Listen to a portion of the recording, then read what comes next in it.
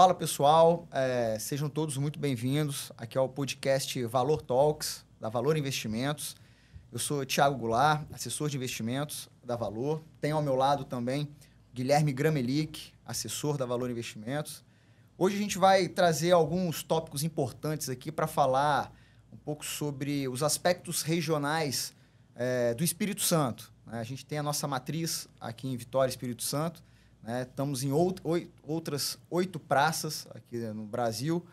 E a gente vai trazer essa temática do Espírito Santo, a parte econômica, falar um pouquinho dos setores econômicos, alguns reflexos da reforma tributária, etc. E, bom, de qualquer maneira, a gente tem uma satisfação de trazer aqui como convidado, nesse segundo episódio do Valor Talks, o Ábido Filho, colunista da Gazeta, do jornal A Gazeta, para trazer um pouco desses aspectos que a gente tanto gosta de falar aqui do Espírito Santo. Seja muito bem-vindo, Ábido. Obrigado por ter aceitado o nosso convite. Obrigado a vocês pelo convite. Não pode dizer bom dia, né? Bom dia, boa tarde, boa noite, porque vai depender do horário que a pessoa vai assistir. Mas, Thiago, obrigado. Obrigado, Guilherme, pelo convite. E vai ser um prazer trocar essa ideia com vocês aqui sobre o Espírito Santo. Bom, acho que para a gente startar, então, Ábido, esse nosso bate-papo, acho que a gente tem um cenário, falar um pouquinho do cenário, brevemente, do cenário global, Brasil e Espírito Santo. A gente tem uma série de incertezas, né? O Espírito Santo, ele é vocacionado muito pelo comércio exterior, e muita coisa do que acontece no mundo e no Brasil, óbvio que vai refletir um pouco na nossa economia. Se a gente olhar para fora, a gente tem ali uma resiliência dos juros americanos, né? Juros um pouco mais altos. A gente tem a figura do trade war, que já vem há algum tempo, essa guerra comercial entre China e Estados Unidos. Além disso, a gente tem 2 guerras, né, acontecendo mais que trazem maior apreensão, né, a parte da Ucrânia e Rússia, a Rússia e a Ucrânia, e ao mesmo tempo agora Israel e Palestina. Fora algumas tensões geopolíticas, né, que têm acontecido. Por outro lado, se a gente observar o Brasil em si, no último ano a gente tem visto um certo movimento que é contrário até por uma certa antecipação do que aconteceu em relação, por exemplo, a juros no país. Então, a gente está num movimento de ciclo de queda. A gente estava em 14,75, chegamos para 11,25 agora, com um viés de queda também. A gente tem uma inflação mais controlada, a princípio, né? A gente tem alguns deveres de casa têm sido feitos aqui no Brasil. Eu gostaria de trazer para você o seguinte: num primeiro momento, antes de falar desse cenário propriamente dito, sobre o Espírito Santo, né? Como é que é a cartografia, o mapa da economia do Espírito Santo de maneira geral? Como é que você pode, para trazer um pouco da pedagogia para os nossos ouvintes aqui? Começou com uma pergunta simples, né? Tiago, vamos lá, cara. Eu acho que, primeiro, eu acho que a gente tem que olhar sempre com uma visão de onde que a gente quer chegar. Eu acho que você falou guerra comercial de China, Estados Unidos, você falou das guerras de verdade, né? Guerra com arma na Palestina, na Ucrânia. Eu acho que, assim, que esse tipo de coisa sempre vai acontecer. Então, a gente tem que estar preparado para isso. Na guerra comercial da China e Estados Unidos, de fato, acontece. Só que um não vive mais sem o outro. Então, eles vão ter que seguir. Você concorda comigo que eles... Aliás, vocês entendem mais disso do que eu. Você concorda comigo que eles vão ter que se acertar? De alguma forma? Um não vive sem o outro. Você sabe disso. E, olhando de uma maneira mais macro, eu acho que o cenário, tanto para o Brasil como para o Espírito Santo, ele é positivo. É claro, você tocou no fiscal, por exemplo. É um desafio brasileiro. Mas eu acho que o cenário é positivo. E por que eu acho que o cenário... Aí eu estou falando um olhar de mundo. Por que eu acho que o cenário para o Brasil e para o Espírito Santo é um cenário positivo? Porque o Brasil tem vantagens competitivas que o mundo precisa. Uhum. O mundo está numa transição energética, não está? Tem país melhor do que o Brasil para ser um fornecedor, por exemplo, de hidrogênio verde? Pode ter igual, mas melhor que o Brasil não tem. Então, esse é um ponto. Segundo ponto, o Brasil é hoje um grande... Né, o pessoal fala que é o celeiro do mundo. Tem outros países. Os Estados Unidos, por exemplo, é muito forte também na produção de alimentos. Mas o Brasil é muito bom nisso.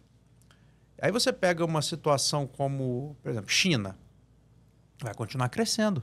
Ah, não cresce mais 10% ao ano, mas cresce 5%.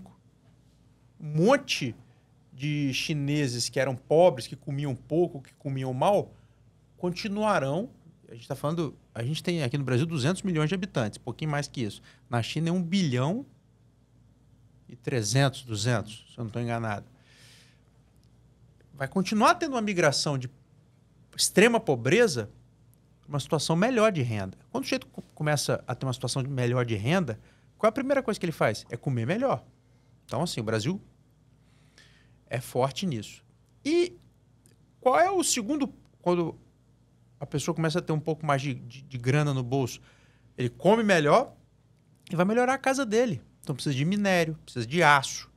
Tudo isso o Brasil também produz. Tem um fato importante, né? Eletrificação da frota de carros. O Brasil é produtor de lítio.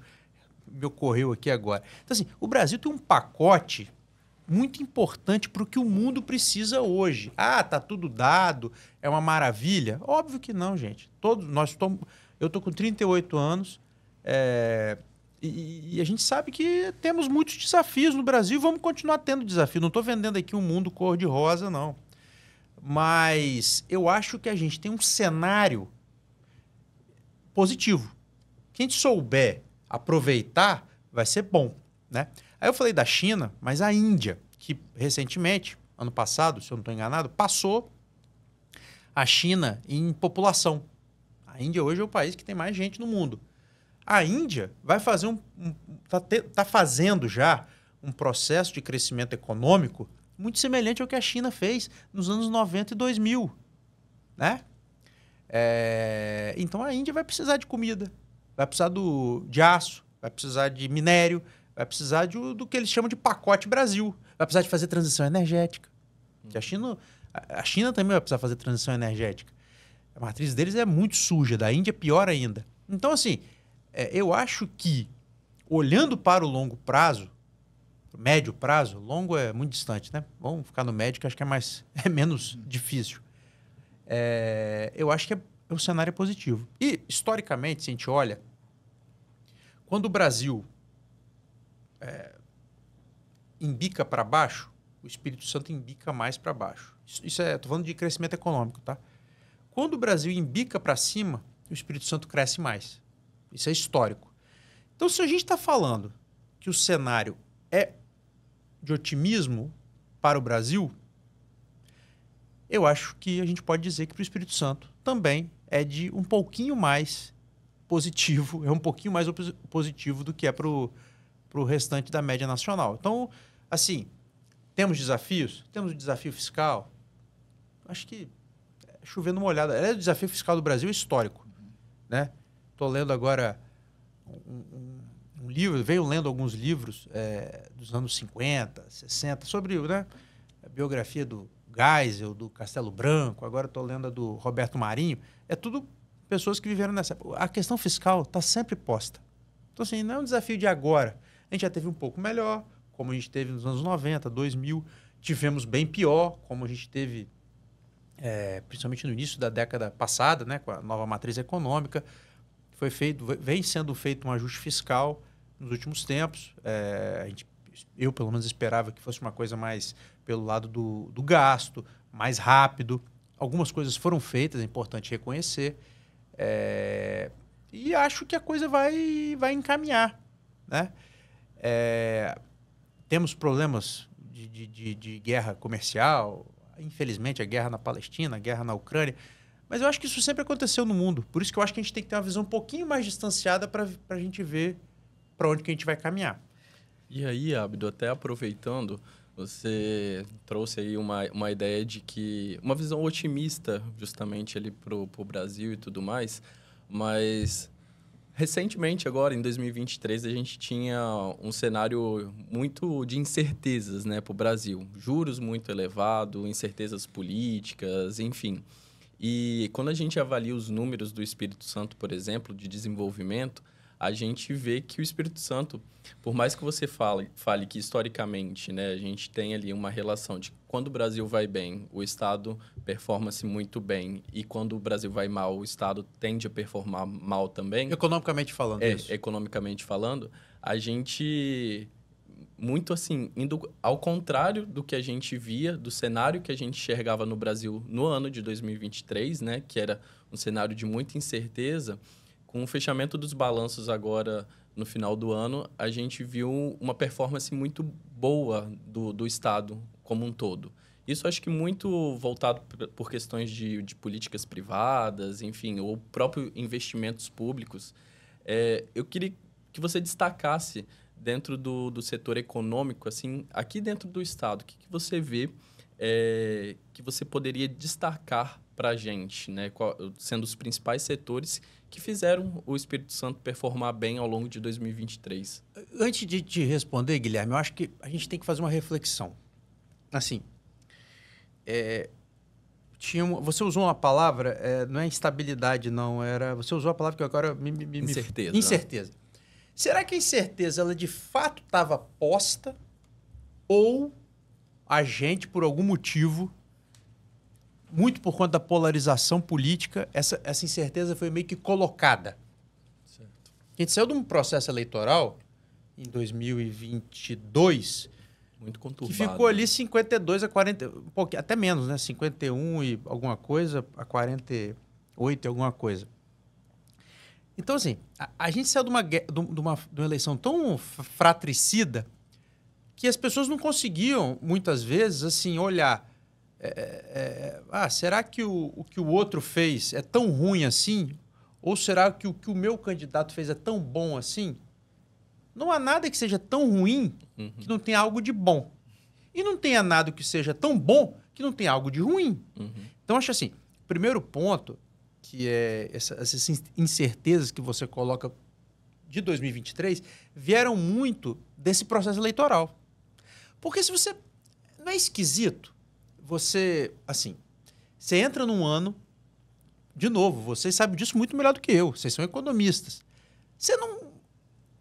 O PIB de um estado, de um país como o Brasil, isso é um transatlântico. Você manobra o transatlântico igual você manobra um jet ski? Então, esse é um ponto. Então, você não tem como fazer coisas rápidas. As coisas já estavam acontecendo. Concorda comigo? Se tivesse tanta incerteza assim, de fato, a gente teria tido. O PIB vai sair agora, sexta-feira. Mas já está dado que vai ser muito melhor do que era imaginado. A gente teria tido esse PIB tão melhor? Assim, não, está tudo parado, as coisas começaram a acontecer no segundo semestre. Se de fato tudo tivesse parado no primeiro semestre do ano passado e as coisas tivessem... Estou colocando um tempo aqui, não é só para a gente pensar, raciocinar. Você acha que, de fato, se as coisas tivessem começado a acontecer no segundo semestre do ano, a gente teria tido um PIB positivamente surpreendente? É possível isso dentro da economia? Eu estou fazendo a pergunta para vocês. É possível isso do ponto de vista econômico? Não é. Racionalmente, não. Então, acho que essa é uma reflexão que a gente precisa fazer. Será que, de fato, tinha tanta incerteza assim? Ou era uma questão muito mais de política eleitoral? Porque também é outra coisa, tá? Política é diferente de política eleitoral.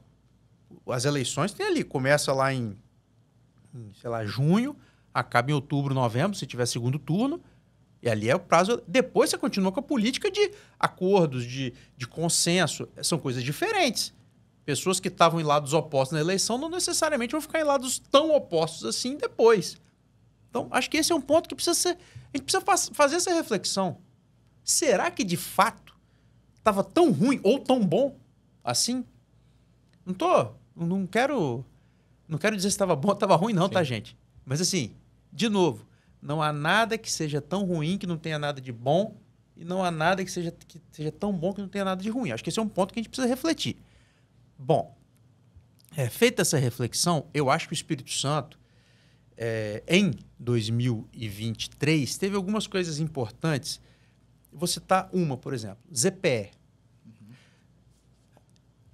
que nem começou ainda, mas assim, foi assinada lá a ZPE do Grupo Imetame, que é pedida pelo Grupo Imetame, vão ter outros sócios lá. Vai ser a primeira ZPE privada do Brasil.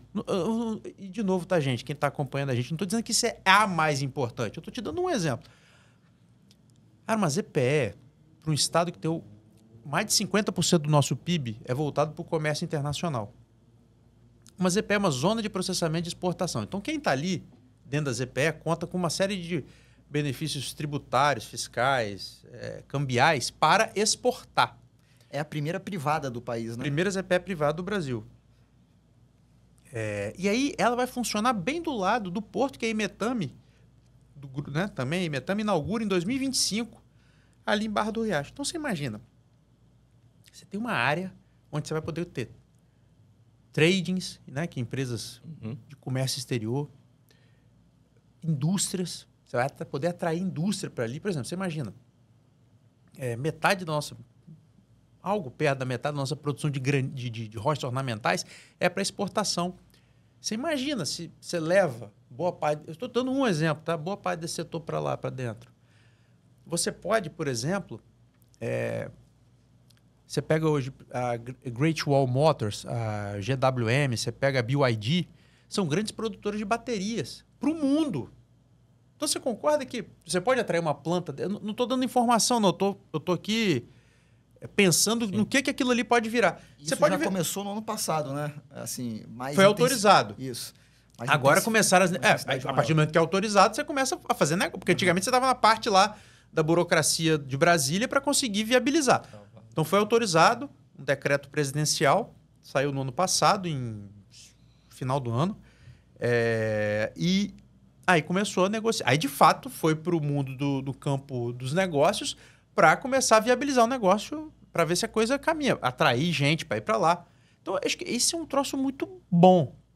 Outra coisa interessante que está acontecendo, e não aconteceu só em 2023, não, vem acontecendo, é a questão do Espírito Santo como um hub portuário. A gente é um estado muito bem localizado, né? Do ponto de vista do Brasil, a gente está no meio da costa, né? Próximo, isso aqui está sendo filmado, né? Estou fazendo uma aspa aqui, próximo da Europa, né? E da parte sul ali que você pode ir para a Ásia, né? No sul da África. Então, assim, o Espírito Santo é bem localizado do ponto de vista do Brasil e do ponto de vista do mundo.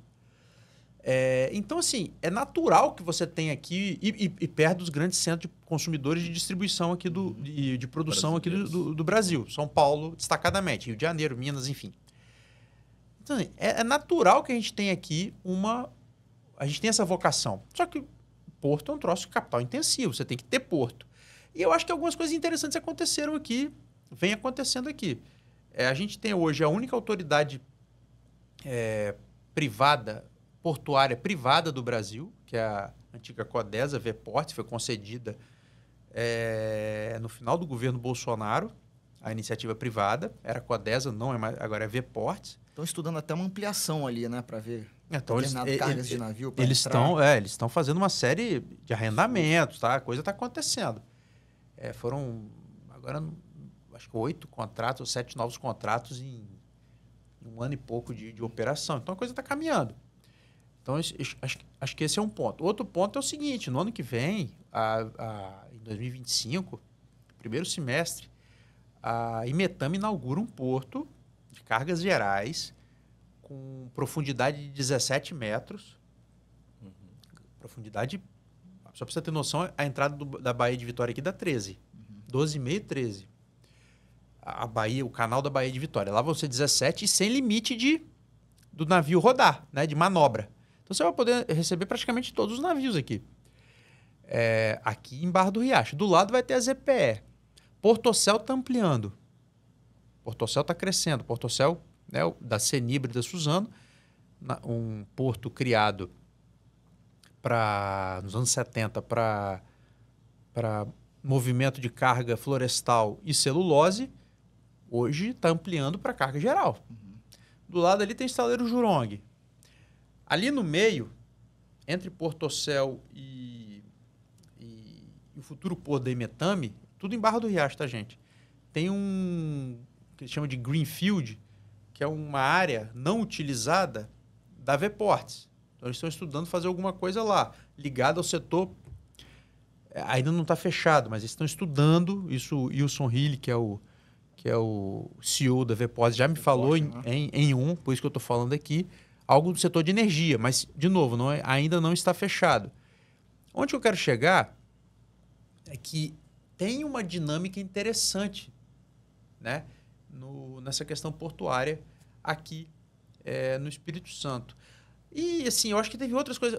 Eu não posso deixar de citar o setor de galpões logísticos. Uhum. Depois a gente fala um pouco de reforma tributária. Eu acho que é interessante, porque é um setor que cresceu muito por meio de incentivo fiscal. Só que eu acho que hoje é um setor... Claro, depende ainda do incentivo? Depende. Mas é um setor que está ganhando muita tração e muita eficiência. E está crescendo muito. Hoje já é o maior pagador de ICMS aqui no Espírito Santo. Não é pouca coisa. A indústria, principalmente a indústria do petróleo, historicamente sempre foi a maior pagadora de ICMS no Espírito Santo. O ICMS é o imposto mais importante dos estados, né? Imposto sobre a circulação de mercadorias e serviços. E nos últimos anos o mercado de galpões assumiu essa dianteira. Se você passa ali no contorno de Vitória, é um galpão enorme. E uma coisa da área de vocês que o mercado de capitais entrou pesado aqui, né? Sim. Tem grandes fundos de investimento das mais diversas casas fazendo investimento aqui. Ou seja, esses caras, vocês sabem bem, eles não vêm para cá para brincar. Sim. Então, você subiu o nível dos galpões, né? Quem começou aqui na época e fazem até hoje eram investidores locais de muita qualidade.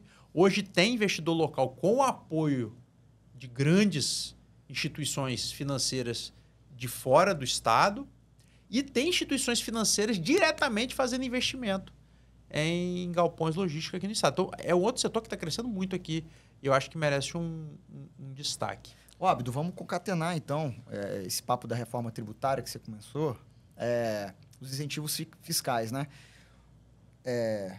Falando de reforma tributária, está havendo um certo apaziguamento, né, nessas discussões, o debate ele já vem sendo acalorado, é um ponto de inflexão que tem na política hoje, mas dos setores produtivos, pelo menos o que a gente tem visto aqui no Espírito Santo, a gente participa de alguns debates aqui também, na parte industrial, né, comércio, serviços, etc.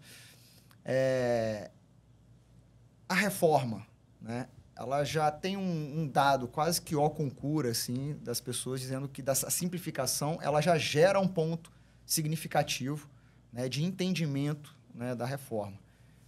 Por outro lado, a gente sabe que o Espírito Santo, historicamente, tem que se posicionar, e os entes federativos também, uma disputa muito grande para tentar se posicionar e gerar atração para esses grandes investidores, etc. Como é que você tem visto a reforma e os impactos aqui no Espírito Santo, né? Você trouxe alguns pontos aí interessantes. Poderia destacar também algum? Eu acho que você já respondeu na tua pergunta. Simplifica. Maravilha. Assim, quanto mais simples, melhor. Qualquer coisa na sua vida, concorda? Quanto mais simples, melhor. Não tem? Na economia, principalmente. Então, esse é um ponto. Segundo ponto. Disputa. Eu não enxergo a disputa por quem dá mais incentivo como uma disputa salutar. Eu acho que ela entrou, assim... O Brasil nunca teve, ou teve muito pouco, políticas de incentivo às economias, desenvolvimento das economias regionais. Então, os incentivos viraram isso. Se eu só tenho isso, eu vou brigar com as armas que eu tenho. O Espírito Santo, destacadamente, desde final dos anos 60, lá por conta da erradicação dos cafezais, o governo federal, Fundap, aquela coisa toda, instituiu uma política forte de incentivo aqui para atrair as empresas. Então, o Espírito Santo lutava com a arma que ele tinha. Só que se você... Aí vão trazer para... Então, é isso que a gente tem, é o que calcou, é o que fundamentou posto, né? a nossa economia. E hoje, outros estados, inclusive São Paulo faz muito isso, dá incentivo para um monte de coisa. É o que os estados fazem hoje. Só que se é para olhar, o incentivo, ele tira a eficiência da economia. Muitas vezes uma empresa está... Vamos botar aqui, uma empresa que vende vinho no Brasil. Onde que é o grande mercado consumidor? Onde está o grande mercado consumidor de vinho no Brasil? São Paulo. São Paulo, Rio, Minas e... Tá, é isso. Paraná, centro-sul do Brasil. Alguém discorda disso? Então, onde que esse sujeito tem que estar? Onde que essa empresa que vende vinho tem que estar? No mínimo próximo desse. Tô falando um cara nacional, lógico. Às vezes o cara é nichado em algum lugar, ele vai estar lá perto. Mas, enfim, ele está perto do centro consumidor dele. Faz sentido ele estar em outro lugar que não seja o centro-sul do Brasil? Tô falando do ponto de vista natural da coisa. Mas com os incentivos fiscais isso acontece. O cara vai lá para não sei para onde, vai lá para o Maranhão, para o Norte. Por conta de quê? Por conta do incentivo fiscal. Não estou falando do Maranhão aqui, mas eu não sei nem se o Maranhão tem uma política. Eu estou dizendo assim, vai para longe de onde ele deveria estar naturalmente, por conta do incentivo. Isso traz ineficiência para a economia. Então, assim, acho que um aspecto relevante da reforma, primeiro aspecto relevante da reforma é simplificar. O segundo aspecto relevante da reforma é ele trazer eficiência para a economia. Isso é o que está prometido, tá, gente? É o que eu sou otimista por conta disso. Porque eu estou confiando naquilo que está prometido. Temos que acompanhar as regulamentações agora, nesse primeiro semestre, né? Isso é uma coisa que a gente tem que estar muito atento. Mas você traz eficiência para a economia, é o melhor dos mundos. Simplificação, eficiência. Aliás, andam sempre casados, né? Quanto mais simples, mais eficiente. Como é que você vai ser contra isso? Eu não enxergo possibilidade de você ser contra isso. Então, assim, eu acho que é bom para o Brasil. Se o bolo nacional vai crescer mais, eu acho que vai ser bom para o Espírito Santo. E o Espírito Santo tem um outro detalhe.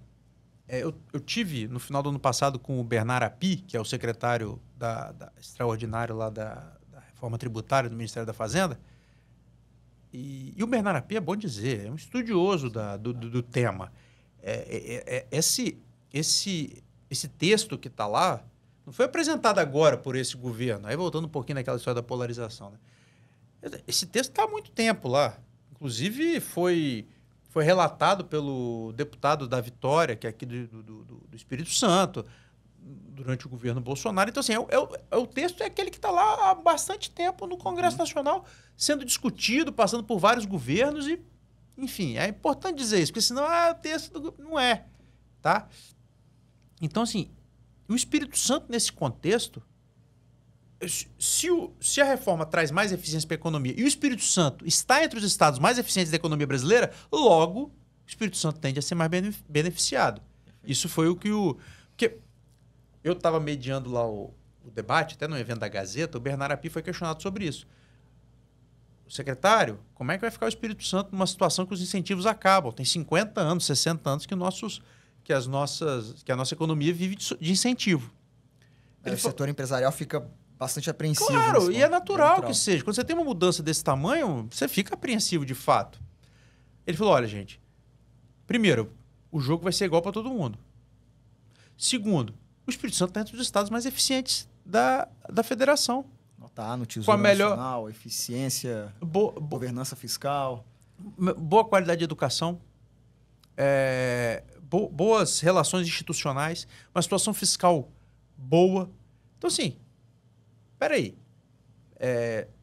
Se eu já não tenho aquele incentivo todo para ir lá para o outro lado do Brasil, sendo que o meu consumidor está aqui, por que eu vou lá para o outro lado do Brasil? Porque o incentivo é melhor. Não, opa, agora eu vou ir para cá. O Espírito Santo está bem localizado.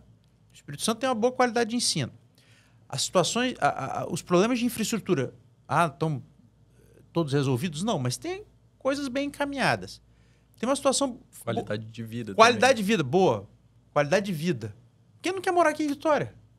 Quem não quer morar em Vitória? Então, assim, eu acho que a reforma vai ser boa para o Espírito Santo. Vai ser boa para o Brasil e vai ser boa para o Espírito Santo. Agora, é óbvio.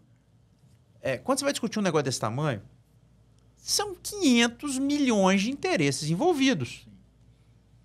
Eu acho que parece que está claro que a indústria brasileira sempre pagou mais imposto que os demais setores. Faz sentido isso? Sim. Então, o cara que vai pagar mais imposto agora ele reclama. Né? Algumas brigas foram vencidas. Por exemplo, a Zona Franca de Manaus vai continuar lá intacta. Faz sentido? Na minha visão, não. Mas vai continuar. Então, assim, é óbvio que você vai, mas, assim, eu acho que, na média, eu acho que a reforma vai ser boa para o país e vai ser boa para o Espírito Santo. Agora, é óbvio que você vai ter um outro impacto e que você vai ter que ir acompanhando de muito as regulamentações. A gente precisa estar de olho nos próximos meses. Não estou falando que isso é uma coisa para daqui a 10 anos, não.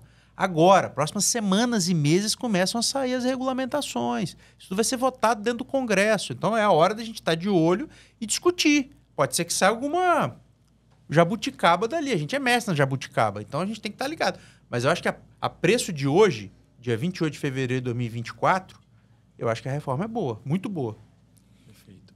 E aí até, assim, olhando esse cenário otimista aí que a gente enxerga, né, Abdo? A gente percebe que o Estado está assim, de portas muito abertas, né, para novos investimentos. A gente pode destacar a ampliação, por exemplo, da Suzano, a Marco Polo, enfim. A Vale inaugurou uma fábrica de bricks, né? Então, é a primeira do mundo para reduzir ali... Os briquetes, né? Isso, para reduzir, enfim... Emissão e tudo mais. Dentro desses grandes investimentos que o Estado tem recebido, até por questões geográficas e tudo mais, de localização, quais que você destacaria ali que foram pontos chaves para a gente?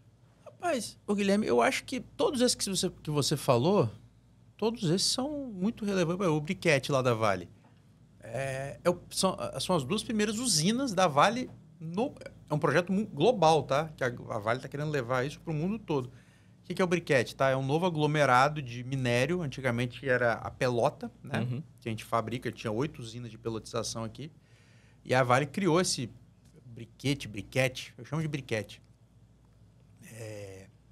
Que a promessa da Vale é que a siderúrgica, no processo dela, use 10% a menos de combustível, de energia, na verdade, né? E o que move uma siderúrgica? É carvão, é diesel, é gás.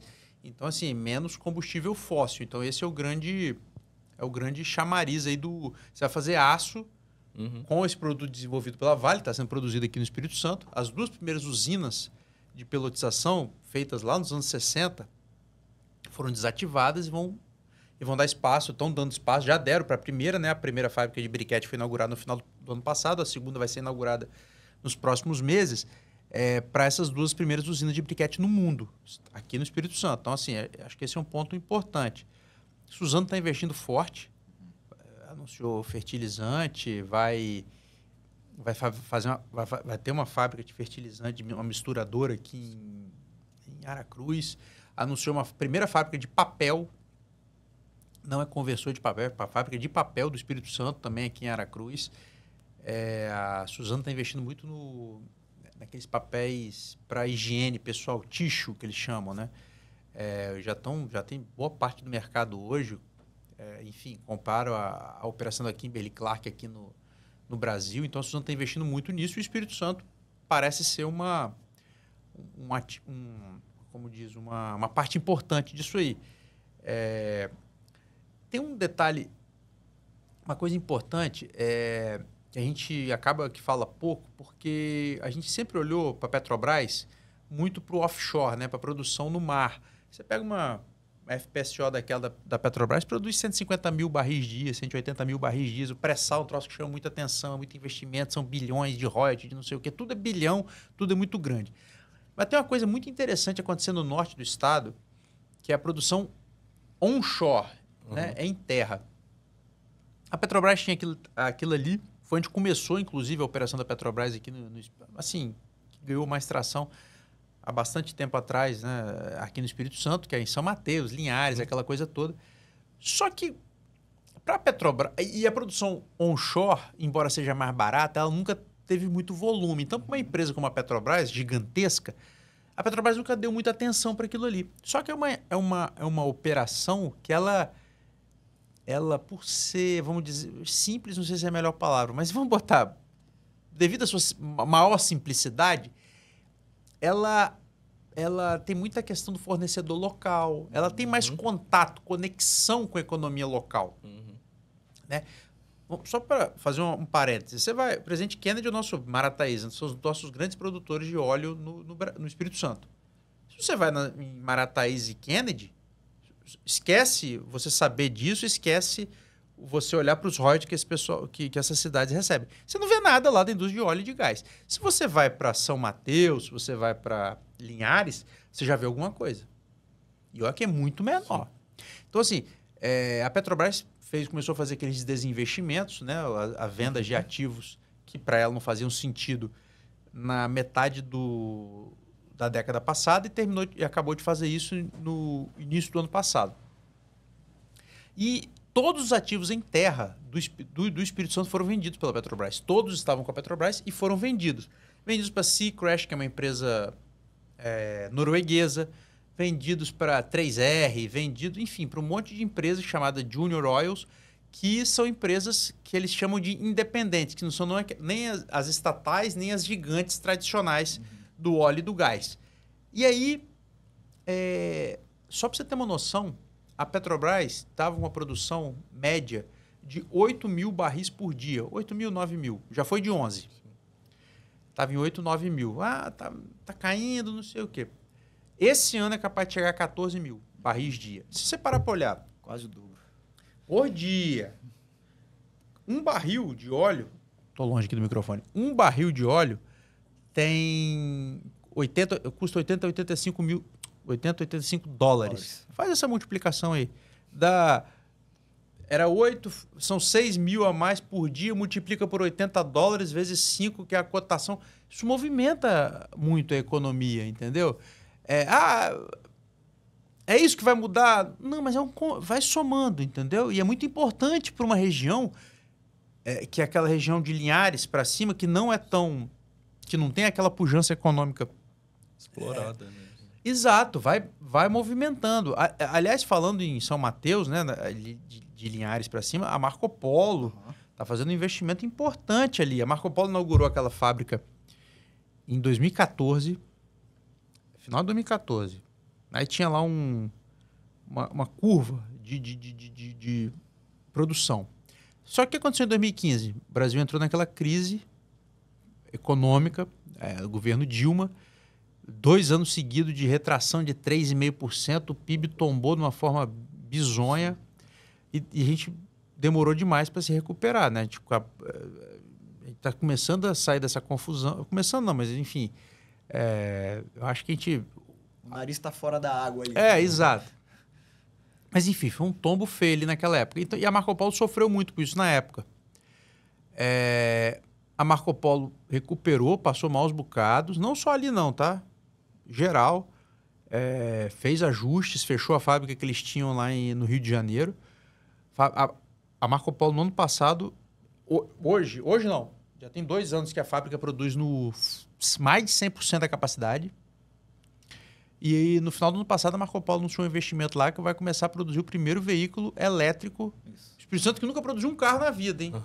A partir de final desse ano agora, os primeiros ônibus elétricos começam a sair da linha de produção da Marco Polo. Já é parte da eletrificação da frota.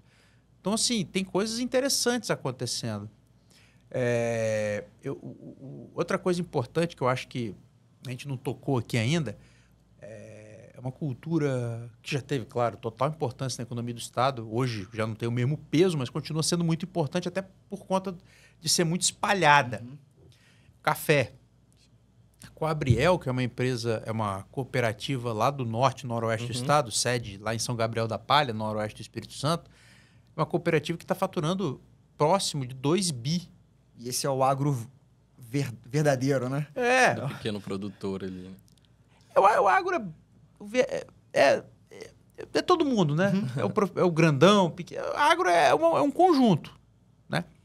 Aqui no Espírito Santo, a gente tem mais pequenos produtores. É diferente o nosso agro do agro de Goiás, Mato Grosso, Matopiba, Matopiba, né? Matopiba. É diferente. Mas não tem melhor nem pior. São complementares, na minha visão. O Conilon, no Espírito Santo, tem 2 questões aí. Eu vou falar do Arábica também, mas o Conilon melhorou de qualidade, então está ganhando mercado lá fora. E e aumentou a produção. Então, a gente está ganhando mercado lá fora, está exportando mais e a profissionalização está ficando bastante interessante. O Arábica, que é para as regiões mais altas, aí já é mais região serrana e sul, Caparaó, né? É impressionante a qualidade do Arábica do Espírito Santo. Você tem saca, claro, não são várias, aí é mais margem do que volume. Saca vendida a R$40 mil. Então, assim, mostra que tem coisa muito boa sendo feita aqui. E outro ponto para fechar essa questão do agro, do café, agroindústria. Linhares está virando um polo relevante no mundo de beneficiamento de café. A Olam, que é de Singapura, já está lá. Cacique já está lá. A própria Coabriel tá ampliando a sua fábrica, Café Guardião. Eles estão ampliando a fábrica deles, né? Não é muito grande, mas estão fazendo. A Real Café, aí já é aqui, né? Dos Tristão, também ampliou a capacidade dela recentemente. Inclusive instalou uns silos. Quem passa na 262 ele vê 3 silos que foram instalados ali. Aquilo é novo, para aumentar a capacidade enfim, da trading deles e da fábrica. Enfim, é uma dinâmica interessante isso que está acontecendo. Se você for pegar para olhar, a Olam, que é uma gigante lá de Singapura, veio fazer a fábrica dela aqui em Linhares. Por quê? Porque aqui tem café de qualidade, você tem segurança de que você vai ter o café e você tem por onde escoar. Olha como é que é importante você ter porto. As coisas se conectam, não são coisas isoladas assim, né? Eu acho que, assim, de maneira geral, apresentando essa cartografia econômica do Espírito Santo, nosso mercado é muito diversificado, né, Abito? Então, assim, de fato, tem muita coisa acontecendo aqui. Acho que o Espírito Santo, Guilherme, ele está realmente... É um setor que está... É um ente federativo, né? Um estado que está, de fato, se posicionando, né, de maneira muito... Não digo à frente, mas ele está como uma referência, né, de estado aqui no Brasil. Muita coisa acontecendo, muitas situações. Essa transição energética que você mencionou, muita gente já trazendo e instalando, né, a própria EDP, por exemplo, matrizes da parte de eficiência energética, né, para o Estado. Então, acho que, de maneira geral, a nota A no Tesouro Nacional, essa parte fiscal do Espírito Santo, então é um conjunto de fatores que tem, de fato, alçado o Espírito Santo numa situação muito mais benéfica ali, comparando com os outros estados. E aí, quando você mencionou, para finalizar, me chama a atenção justamente essa ausência de ruídos no momento, em momentos políticos. Quando há um apaziguamento maior, né? Então, pegando, por exemplo, de alguns governos, de algum governo passado, né, para o governo atual, porque pode vir aí também, parece que existe um apaziguamento e efeitos políticos que estão muito mais alinhados à sociedade. A sociedade ganha com isso, né? Então, acho que, de maneira geral, esses apontamentos que você trouxe dá uma noção real para a gente do que está acontecendo no Espírito Santo. É um bom tópico, os bons tópicos que você trouxe. Tem alguma coisa que você gostaria de destacar mais, Hábito, dentro desse bate-papo? Eu acho assim, primeiro, que ruído depende do ruído, né? No futebol, uma entrada dura é diferente de uma entrada desleal. A entrada dura é do jogo, a entrada desleal já não é do jogo. Então, eu acho assim, ruído, se é um ruído... Se eu tô te fazendo uma crítica para você evoluir, eu acho que, pô, legal pra caramba. Vai ter um ruído, sabe? O Abdo falou de um jeito aqui que eu não gostei, mas, pô, o que ele falou faz sentido. Pô, legal. Eu acho que isso faz parte do processo. Outra coisa é um troço que é só para te destruir. Eu acho que isso foi uma coisa importante no Espírito Santo. Tivemos ruído, tivemos problema. Não tô falando, de novo, não é um mar de rosas. Mas eu acho que o importante é que, de um tempo para cá, destacadamente aí nos últimos 20 anos, a gente vem evoluindo. Por exemplo, a questão fiscal virou um marco, acho um marco importante. A sociedade... Ó, a hora que... Você imagina, um governo assume aí e caímos para B. Ué, o que aconteceu aí? Algum problema. Esse cara vai apanhar no bom sentido, com certeza. Inclusive da imprensa. Eu acho que um desafio é a gente lembrar isso. O Guilherme aqui tem 27 anos. Ele não viveu. O Espírito Santo não sempre teve nessa maravilha que a gente... Não. Maravilha não sempre teve numa situação como a de hoje. Fala que é maravilha, eu tô também falando, não é isso. Né? Mas assim, a gente não teve numa situação como a gente é hoje. A gente teve uma situação pior. Então é importante sempre lembrar, né? Gente, a gente tem que trabalhar para não deixar voltar o que era. Esse é um ponto. Outra coisa, reforma tributária, eu acho que é uma boa, mas eu acho que é um desafio acompanhar. E outra, um desafio você dar as condições para que as empresas venham. O Espírito Santo do Estado precisa de infraestrutura. Sim. Não adianta você fazer um porto se você não tem uma ferrovia, se você não tem uma rodovia, se você não tem um aeroporto. Então, assim, o Espírito Santo tem desafios. A BR-101 está encaminhada. O Tribunal de Contas deve dar uma decisão aí nas próximas semanas. A expectativa, pelo menos, é essa. Mas não tá pronto. A rodovia precisa ser duplicada ainda. Precisa acontecer um monte de coisa. A gente está lá em Brasília ainda. Então, assim, a discussão precisa sair de Brasília e vir para as máquinas aqui, principalmente no norte do estado. Então, acho que esse é um ponto. A 262. Aquilo é um crime. Né? Hoje, o que a gente tem na 262 é um crime.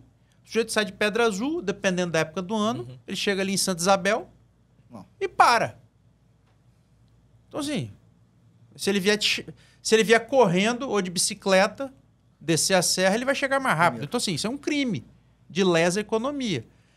E de lesa um monte de outra coisa, porque é uma rodovia insegura, morre gente lá, inclusive tivemos acidente aí essa semana. Então, uma coisa horrorosa. Então, isso precisa ser solucionado. Né?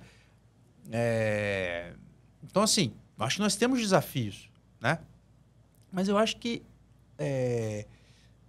o cenário é positivo. Uma coisa é você está caminhando para uma coisa ruim. Eu acho que a gente está caminhando para uma coisa boa. Agora é óbvio, você precisa tomar cuidado, você precisa estar atento aos desafios, você precisa estar olhando para ver se ninguém vai te dar um carrinho por trás. Eu acho que o ponto é esse, entendeu?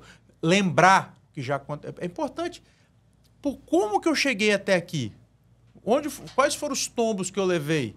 Qual foi a pedra que eu pisei, que eu torci o pé? Vou pisar nela de novo? Não. Então, eu acho que é importante. A gente está vivendo um momento agora de transição política aqui no Estado. A gente vai viver isso nos próximos... Então, assim, para onde que nós vamos caminhar? Acho que temos que ter responsabilidade. O setor produtivo, as instituições, a imprensa, a sociedade como um todo. Então, tudo isso são desafios que a gente vai ter que enfrentar. Mas eu sou um cara que sou otimista por natureza. Eu acho que a gente tem um cenário positivo. Agora, é claro, eu posso sair daqui do podcast, do videocast e ir para minha casa tranquilo. Ou então posso atravessar a rua de olho fechado e ser atropelado. Então, assim, são escolhas que a gente faz na vida. E aí a gente vai pagar ou um preço menor, ou um preço maior, ou botar um dinheiro no bolso. Então, assim, é tudo... são escolhas, entendeu? A vida é assim. E para finalizar aqui, agora, a última pergunta do nosso segundo episódio, pergunta polêmica, para os dois, aliás, sobre a moqueca capixaba. Ela é melhor, de fato, que a baiana, a carioca, etc? É polêmica disso, é claro que é. Claro que é, né? Sempre melhor, né? Beleza, pessoal? Bom, obrigado, Ábido, de novo, por ter aceito o nosso convite aqui, por ter mapeado toda essa parte econômica do Estado. Você é um cara que está à frente ali dessa área da Gazeta, da parte econômica, está muito próximo das pessoas, tem as informações que chegam, né, a você, e fazer um filtro disso, trazendo para o nosso espectador, ouvinte aqui, é muito bacana, pelo menos para trazer uma pedagogia para os capixabas e, ao mesmo tempo, para as pessoas que estão fora também, querendo escutar e conhecer mais sobre o Estado. Obrigado pela presença, viu? Obrigado, Guilherme. Obrigado, Ábido. A gente conseguiu ver, né, que embora o Espírito Santo seja pequeno em espaço territorial, ele é um estado muito amplo, né, que a gente tem diversos tipos de investimentos e um futuro bem promissor aí, se tudo ocorrer bem, né? Então, isso é de grande satisfação conte sempre comigo, com a gente, né? Comigo, com o Thiago, com a Valor Investimentos também, que foi uma empresa local que hoje cresceu muito, né? Já está em vários centros de distribuição. Uma empresa que a gente se orgulha muito, que tem um valor, né, financeiro capixaba, dinheiro capixaba mesmo dentro dela, que representa muito para nós. Então, isso é sempre muito importante. É importante a gente ter parcerias assim. Espero que seja a primeira de outras oportunidades, Ábido. Sem dúvida. Obrigado pelo convite. Prazer estar aqui. Acompanho a Valor praticamente desde o começo dela, lá na Gazeta. E prazer estar aqui, prazer falar do Espírito Santo. Acho que tem amplo de oportunidades e convidar o pessoal que está nos acompanhando aí para acompanhar minha coluna na Gazeta. Bacana. Ábido Filho. Coluna tá o tempo todo na capa do site, nas nossas redes sociais.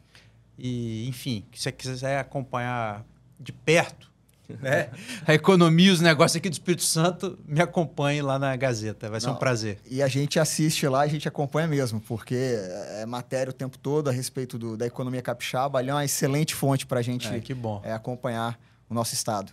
Audiência qualificada. Ótimo, obrigado. Obrigado a você, gente. Valeu, Um abraço. Um abraço.